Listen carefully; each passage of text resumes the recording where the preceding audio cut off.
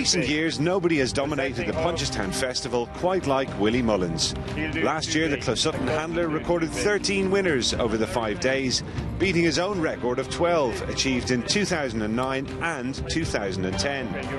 Now, with Ireland's premier national hunt meeting on the horizon, the champion trainer is putting the final touches to a formidable 2014 squad that includes Hurricane Fly and Covega, who both bid for 5 successive festival victories. Added to that are Cheltenham Festival winners Vautour, Faugheen and Dunpully, meaning that the class of 2014 could be Mullins' strongest ever assault on Punchestown. Well, Willie, we're on the eve of another Punchestown Festival. Just how important has this fixture become for you over the years? Do you think it's right up there now as an Irish equivalent of Cheltenham almost? Oh, definitely. It always was the, I suppose, the biggest festival in the country. And they've just done huge things prize money wise, ground wise, over the last 15-20 years. It's fantastic, I think, the way they manage this meeting.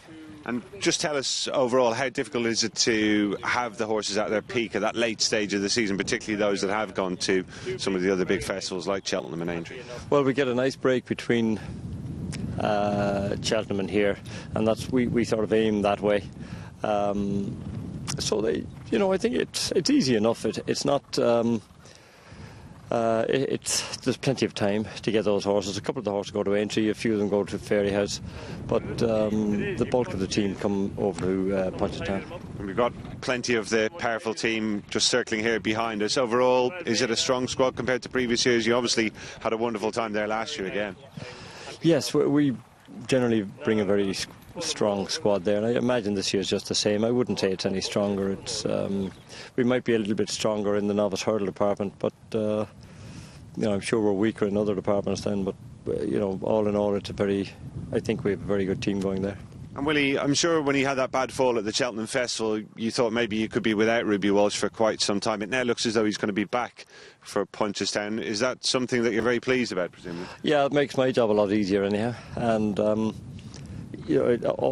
keeping fingers crossed that he doesn't get a fall or something early in the week, because I imagine he's back in good health, but we don't need any mishaps anyhow. And looking at the team, some of them individually, Willie, Hurricane Fly has obviously been the headline horse going to this meeting for many, many years. Is there a different feeling, though, this time after his defeat at Cheltenham? Well, possibly didn't run his best race of his life in Cheltenham. We're hoping that, he always runs well in Punchestown. What can we do when we go there? Hope for the best. Jeski, obviously coming back from a champion hurdle win, is going to be the one to beat. But, we like this track. We're going to be there.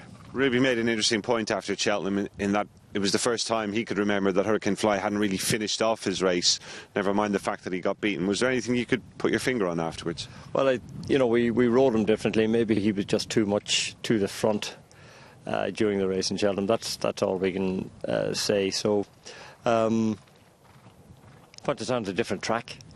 We'll probably go to Punchestown and ride him like we used to ride him, like we always rode him, and take our chance. And obviously you've got Annie Power and Undersow entered there as well. What would be the chances at this stage of one or both of those lining up also? Hopefully they're all in good form. So at the moment I've no real plan. Let's see what happens when they've their final bits of work done. Let's see what happens when we know what the opposition is going to be in the different races, and then we'll make up our mind. Undersow pleased you since his run in France last time. I think it was 2 mile 3, was it? Just seemed to maybe as far as you wanted to go, was it? Yeah, I mean, he did a different rider the last time. Sometimes maybe he just was a little buzzier with the new pair of hands on the reins. All those little things you have to take into account. So we'll see, but I'm certainly delighted the way he jumped those French hurdles, which might lead you to believe that he could be a fantastic jumper over fences. And I think the champion hurdle at Punchestown is his only possible target there. If he weren't to run there, could he go back to France, or would that be likely it for the season? Yeah, we were looking at targets back in France for him as well. And what about Annie Power, Willie? 3 miles, she seemed to get it okay in the World Hurl, just ran into a good horse in the day. Is that a fair summary? Yeah, she ran into a cracker, I'd say. People probably don't appreciate how good he is. Now, we ran a little free, probably not the ideal way for a 3 mile horse. She's in the Champion Hurdle, she's in the Stayers Hurdle, she's in the Mayor's Hurdle. We won't make any decision until we have to. And have you any view after Cheltenham on what might actually be her best trip now? She's obviously been tried over 2, 2.5 and 3 at this stage. I think she can go any trip. We probably would ride her a little differently over 3 miles. Her method of racing probably suggests that a shorter trip than 3 might be better. And obviously Cavega's had a wonderful run at Punchestown as well over the last few years. Presumably there'd be little chance of her and Annie Parr clashing, would there?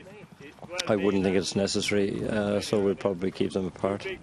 And Cavega, all good since Cheltenham. She had to work a bit harder this year than maybe 1 or 2 people expected, but then again, Glenn's Melody's a Grade 1 winner too, isn't she? Yes, yeah, she was an eye-catcher in Cheltenham now. She's improving all season now, and we haven't been easy on her. She's been to England, I think, a few times as well, but has improved all season, and I thought she was looking ground dependent early in the season, that she wanted soft ground, but of course then the horse that beat Annie Power beat her, and I thought maybe she was sick that day, but subsequently that was probably not a bad run.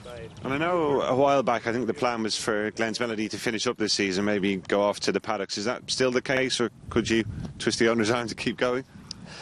We've got to discuss it, but I think Fiona's keen enough maybe to race again next season. You know, she's probably looking at a few of those nice races again, and she has a lot of National Hunt mares breeding, so she's thinking possibly that we'll give her another season racing, which would be great for me.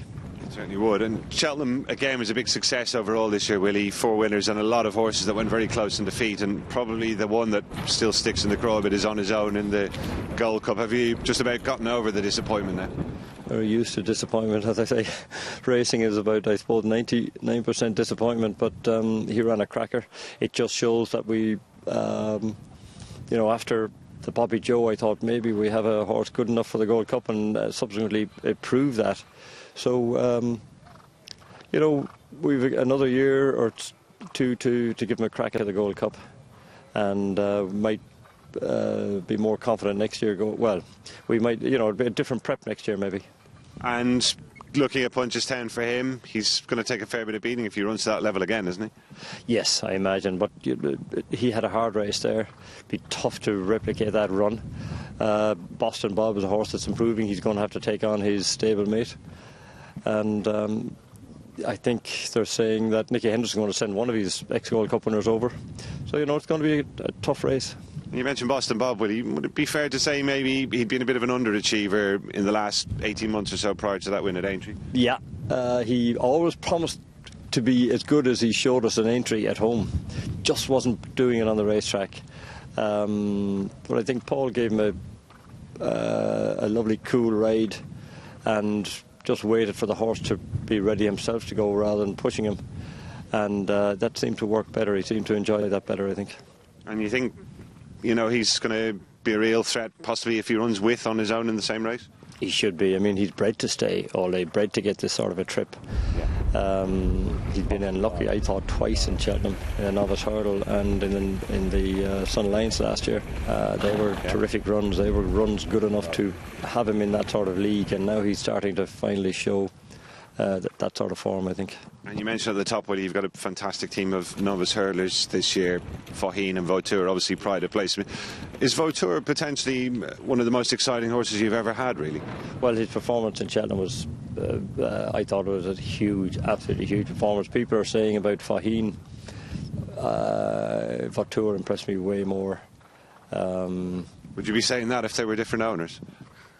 He just visually impressed me. The way he jumped, everything he met, he just took it wherever he met it. Didn't matter. He made 2 mistakes. I think people are saying because he made 2 mistakes and still won, but he made 2 mistakes.